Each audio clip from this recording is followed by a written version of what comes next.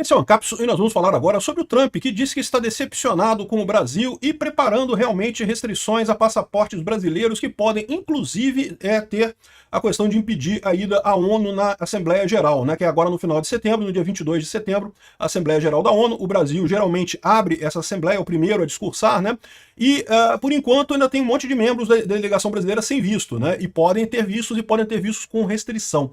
Mas não é só isso não, tá? Eles também avisaram que os Estados Unidos vão punir países que detenham norte-americanos sem justificativa e também sobre as possíveis relações, as possíveis punições secundárias a qualquer empresa que que tenha relações com Alexandre de Moraes. Vamos entender esse assunto aqui. Essa notícia foi sugerida por Peter, o Cavaleiro do Capital Livre. Quanto maior o amor, mais caro o seu custo, e várias outras pessoas. Obrigado aí ao pessoal que sugeriu notícias lá no nosso site, no visãolibertaria.com. E obrigado a você que está assistindo o nosso vídeo. Se você gosta do nosso conteúdo, por favor, deixa o seu like e se inscreva aqui no canal, né? Então, o Trump foi perguntado recentemente sobre aquela notícia que saiu, a gente falou aqui com exclusividade, né?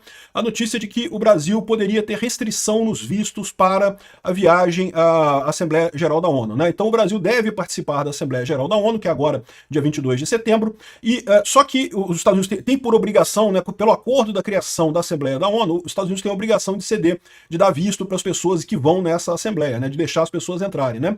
E esse truquezinho que o Padilha tentou usar para conseguir um visto para entrar aqui no Brasil, alegou que ia fazer parte da comissão brasileira que iria na Assembleia Geral da ONU.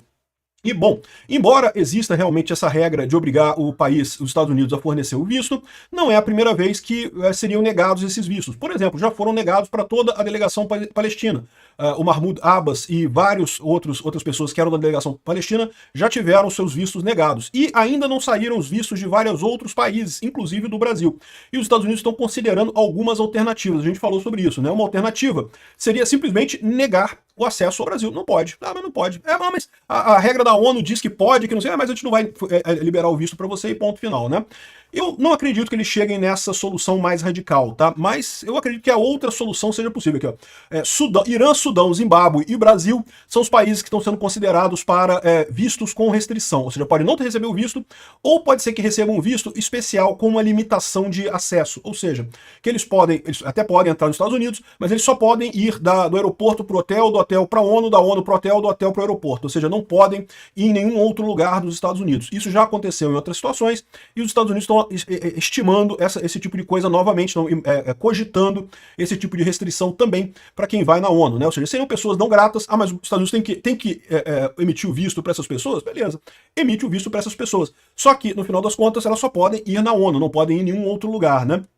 O Irã, particularmente, como vive com muita restrição lá de embargo e coisa e tal, o pessoal adora ir comprar coisa nos Estados Unidos, porque, né, as coisas nos Estados Unidos são baratas, né? E daí volta com essa muamba toda pro Irã, e aí isso proibiria, eles não conseguiriam fazer essas comprinhas deles aqui, né?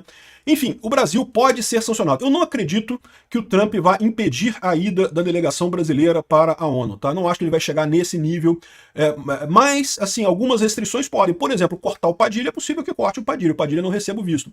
Outra coisa é justamente essa restrição de local. Você pode ir, mas não pode fazer nada que não seja no estrito cumprimento lá da ida até a ONU, né? Enfim, vamos ver qual vai ser a restrição que vai ser aplicada, se vai ser aplicada alguma. Também pode ser, ele falou que está considerando essas coisas, né? A repórter perguntou para ele se ele estava realmente considerando esse tipo de coisa, e ele respondeu que sim, estamos muito desapontados com o Brasil. Disse que, bem, eu não sei, né? Estamos falando de coisas que nos deixam muito desapontados com o Brasil. Aplicamos tarifas muito altas por causa do que eles estão fazendo, algo muito lamentável. Eu amo o povo do Brasil. Temos uma ótima relação com o povo do Brasil, mas o governo mudou radicalmente, foi para a esquerda de forma muito intensa, muito radical. Isso está prejudicando o país gravemente. As coisas lá estão indo muito mal, muito, muito mal. Então vamos ver. Ou seja, ele confirmou que está insatisfeito com o governo Lula. Isso não é novidade nenhuma. A gente sabe que não tem problema, realmente é um problema isso. Concordo, foi para a esquerda, absurdamente para a esquerda. E por culpa da galera que resolveu fazer o L. Ai, não, vamos fazer o L. O Lula é um democrata aqui, assinei uma cartinha da democracia. Olha só que coisa. Ou seja, fizeram uma merda completa de botar esse idiota ditador na presidência, né? Enfim, vamos ver o que vai acontecer, né? Agora, essa não é a única punição que o Trump está planejando para o Brasil. Tem outras punições em caminho também. A gente sabe que já tem uma série de pessoas aqui no Brasil sem o direito de visto nos Estados Unidos, e tem também a questão da Magnitsky para o Alexandre de Moraes. As duas coisas podem piorar. Os Estados Unidos estão decidindo agora, tem uma terceira iniciativa, que é a punição de países que detenham norte-americanos sem justificativa. O decreto cria designação de patrocinador estatal de detenção arbitrária. Isso é um problema, tá? A Venezuela faz muito isso, a Rússia faz muito isso, detém americanos que vão esses países para ter moeda de troca, porque depois pode usar esse americano preso no país para trocar por prisioneiros que realmente cometeram crime e que estão presos nos Estados Unidos. A Rússia faz isso o tempo todo, né?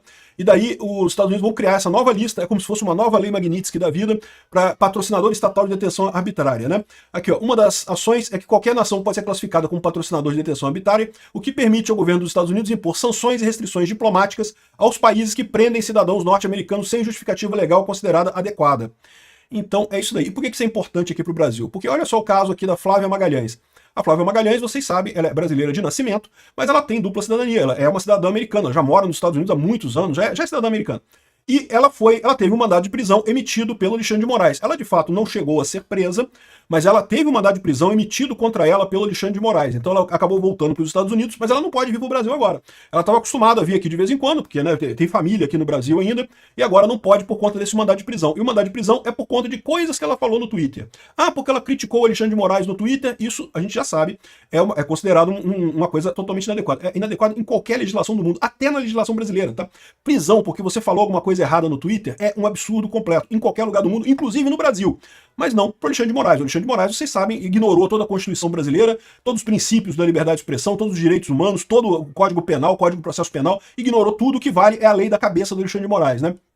Então, ele emitiu esse mandado de prisão contra a Flávia Cordeiro Magalhães, que é a moça, né, essa moça aqui, que é americana e que está aqui. Então, ou seja, isso aqui ó, já pode entrar o Brasil nisso daqui, ó. Ou seja, um país que que seja patrocinador estatal de detenção arbitrária pode receber mais sanções e restrições diplomáticas aos países que prendem cidadãos norte-americanos sem justificativa, né? Então aqui, ó, a classificação de um país como patrocinador estatal de detenção arbitrária será feita pelo secretário de Estado com base em um ou mais dos seguintes critérios. Prendam de forma considerada arbitrária pelos Estados Unidos cidadãos norte-americanos. Se recusem a libertá-los depois de notificação oficial. Apoiem ou sejam cúmplices em padrões de detenção considerada ilegal pelos Estados Unidos, inclusive de cidadão de outros países, quando houver interesse norte-americano. Então, ou seja, eu acho que dá para aplicar no Brasil isso daqui, tá? Além de sanções econômicas, a designação permite à Casa Branca restringir a entrada de cidadãos dos países dos Estados Unidos, já pode usar até nesse caso aqui, ó, de proibir o pessoal de ir na ONU lá, né? Impor restrições geográficas de viagem que proíbam o uso de passaporte dos Estados Unidos para viajar para ou através do país designado, restringir assistência ao governo do país nos termos da Lei da Assistência Estrangeira, restringir a exportação de determinados bens ao país.